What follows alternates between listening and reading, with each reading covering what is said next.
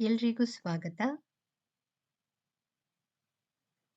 ವೇದಿಕ calendar ಪ್ರಕಾರ ಮಾಘ ಪೂರ್ಣಿಮೆಯ ದಿನಾಂಕವು February 1, 2026ರಂದು ಭಾನುವಾರ ಆಚರಿಸಲಾಗುತ್ತದೆ. ಮಾಘ ಪೂರ್ಣಿಮೆಯು ವಿಶೇಷವಾಗಿ ಮಹತ್ವದ್ದಾಗಿದೆ, ಏಕೆಂದರೆ ಇದು ಮಾಘ ತಿಂಗಳ ಅಂತ್ಯವನ್ನು ಸೂಚಿಸುತ್ತದೆ. ಇದನ್ನು ತಿಂಗಳ ಅತ್ಯಂತ ಶುಭ ದಿನವೆಂದು ಪರಿಗಣಿಸಲಾಗುತ್ತದೆ. ಶಾಸ್ತ್ರಗಳ ಪ್ರಕಾರ ಮಾಘ ತಿಂಗಳಲ್ಲಿ ಸ್ನಾನ, ದಾನ ಮತ್ತು ಜಪ ಮಾಡುವುದು ಸಾಮಾನ್ಯ ದಿನಗಳಿಗಿಂತ ಹಲವು ಪಟ್ಟು ಹೆಚ್ಚು ಪ್ರತಿಫಲವನ್ನು ನೀಡುತ್ತದೆ. ಗ್ರಹಗತಿಗಳ ಈ ಬದಲಾವಣೆಯು ಮಾನಸಿಕ ನೆಮ್ಮದಿಯ ಜೊತೆಗೆ ಆರ್ಥಿಕ ಸಬಲತೆಯನ್ನು ನೀಡಲಿದೆ.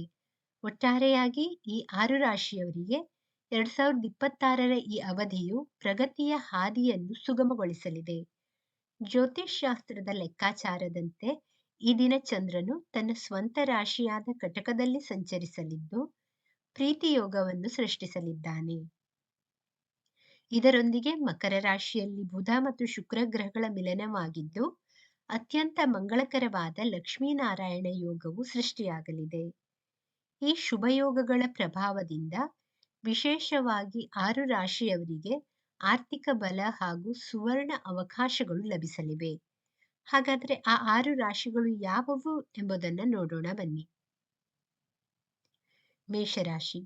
ಈ ರಾಶಿಯವರಿಗೆ ಸ್ಥಗಿತಗೊಂಡ ಕೆಲಸಗಳು ವೇಗ ಪಡೆಯಲಿವೆ. ಕುಟುಂಬದಲ್ಲಿ ಶಾಂತಿ ನೆಲೆಸಲಿದ್ದು ಅನಿರೀಕ್ಷಿತ ಧನಲಾಭದ ಸಾಧ್ಯತೆ ಇದೆ. ಹೊಸ ಆಸ್ತಿ ಅಥವಾ ವಾಹನ ಖರೀದಿ ಮಾಡುವ ಯೋಗವಿದ್ದು ದಾಂಪತ್ಯ ಜೀವನದಲ್ಲಿ ಸಾಮರಸ್ಯ ಇರಲಿದೆ. ಮಿಥುನ ರಾಶಿ. ಉದ್ಯೋಗಿಗಳಿಗೆ ಮೇಲಾಧಿಕಾರಿಗಳಿಂದ ಪ್ರಶಂಸೆ ಸಿಗಲಿದ್ದು ಬಡ್ತಿ ಹಾಗೂ ವೇತನ ಹೆಚ್ಚಳದ ನಿರೀಕ್ಷೆ ಮಾಡಬಹುದು. ಹಳೆಯ ಸಾಲಗಳು ಮರುಪಾವತಿಯಾಗಲಿವೆ. ವ್ಯವಹಾರದಲ್ಲಿ ಹೊಸ ಒಪ್ಪಂದಗಳಿಗೆ ಸಹಿ ಹಾಕುವ ಮೂಲಕ ಆರ್ಥಿಕ ಸ್ಥಿತಿ ಭದ್ರವಾಗಲಿದೆ. ಸಿಂಹರಾಶಿ. ಈ ರಾಶಿಯವರಿಗೆ ಅದೃಷ್ಟವು ತಾನಾಗಿಯೇ ಹುಡುಕಿಕೊಂಡು ಬರಲಿದೆ. ವಿದೇಶದಲ್ಲಿ ವ್ಯಾಸಂಗ ಮಾಡುವ ಹಂಬಲವುಳ್ಳ ವಿದ್ಯಾರ್ಥಿಗಳಿಗೆ ಕಾಲ ಕೂಡಿ ಬರಲಿದೆ.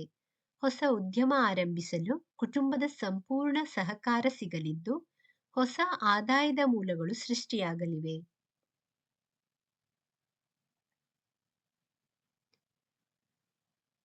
ವೃಶ್ಚಿಕ ರಾಶಿ.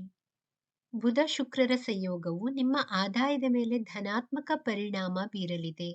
ಷೇರು ಮಾರುಕಟ್ಟೆ ಅಥವಾ ಹಳೆಯ ಹೂಡಿಕೆಗಳಿಂದ ಭರ್ಪೂರ್ ಲಾಭ ಸಿಗುವ ಸಾಧ್ಯತೆ ಇದೆ. ಹೂಡಿಕೆ ಮಾಡಲು ಇದು ಸೂಕ್ತ ಸಮಯ ಕೂಡ ಆಗಿದೆ.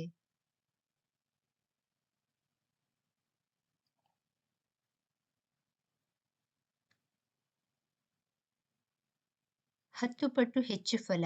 ಮಾಘ ಪೂರ್ಣಿಮೆಯ ಈ ಶುಭ ಕಾಲದಲ್ಲಿ ಕೇವಲ ಆರ್ಥಿಕ ಲಾಭವಷ್ಟೇ ಅಲ್ಲದೆ ವ್ಯಕ್ತಿತ್ವ ವಿಕಸನಕ್ಕೂ ಪೂರಕವಾದ ವಾತಾವರಣ ನಿರ್ಮಾಣವಾಗಲಿದೆ.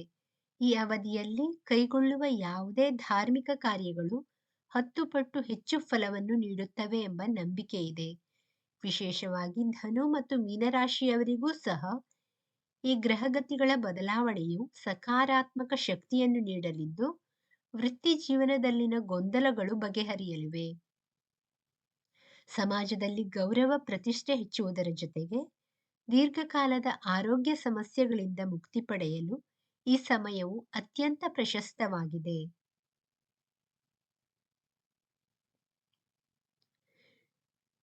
ಈ ಮಾಘ ಪೂರ್ಣಿಮೆಯು ಆಧ್ಯಾತ್ಮಿಕ ಸ್ನಾನ, ದಾನ ಹಾಗೂ ವಿಷ್ಣು ಲಕ್ಷ್ಮಿಯ ಆರಾಧನೆಗೆ ಪ್ರಶಸ್ತವಾಗಿದ್ದು ಗ್ರಹಗತಿಗಳ ಈ ಬದಲಾವಣೆಯು ಮಾನಸಿಕ ನೆಮ್ಮದಿಯ ಜೊತೆಗೆ ಆರ್ಥಿಕ ಸಬಲತೆಯನ್ನು ನೀಡಲಿದೆ.